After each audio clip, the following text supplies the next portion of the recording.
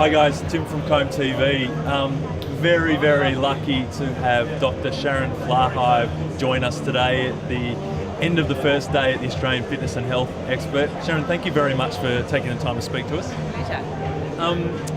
You're the Chief Medical Officer of the Waratahs.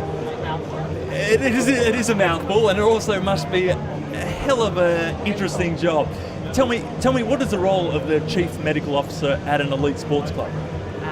So I've actually been there for a long time now, so it's been quite a journey and it's changed. I actually started there back in 2000, so I've been there 12 years, so really through that rise of professional rugby. So I've seen really many athletes come and go, some to the highest level and some never quite making it. And my job is really to, I suppose, simply diagnose and manage and investigate, rehab the players in combination with the physiotherapist and the strength and conditioning coach. We spoke to Tom earlier, and he spoke about when injuries. Yeah, I'm sure.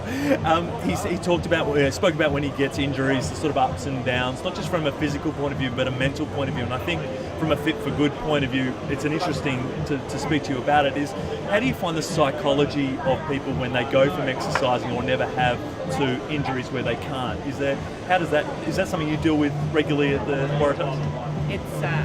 I suppose when it comes to the elite athlete, they're there to do nothing but exercise. So for them, it's a greater fall, I think, when they do get injured. But really, in life, it's all about participating in some form of exercise. And when that gets taken away from them, then there's definitely a massive blow, because for a rugby player, all they want to do is play and train.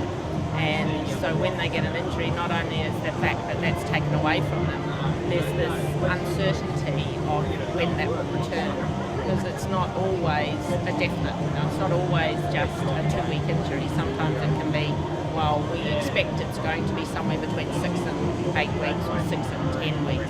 That uncertainty affects them mentally, and that uncertainty can make them stressed, which to a certain extent we have to also deal with. And that happens in daily life. I deal with a lot of patients who really they exercise as a form of therapy. So in terms of a fit for good type of message, I'd be interested in your thoughts on the program that Lisa's got up and running, and how you feel that would be effective in local communities or people in need. I think Lisa's program is amazing. An initiative which uses something which is really quite simple, but is not really happening at that level. I think we've all been through times where things have become difficult in our lives, and for a lot of us, sometimes exercise can be the one thing that drops off initially. Or if you sustain an injury, the one thing you are then unable to do is exercise, and that affects your mental health at that time.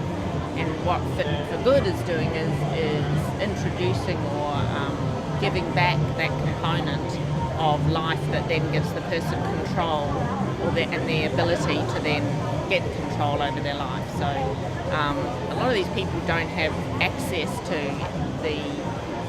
either the equipment or the education or the facilities to actually do exercise, and to them at that time their most important thing is just functioning. And so to add something like exercise to the routine is another thing that will give them control. And when we have control, I think we then have the ability to move forward.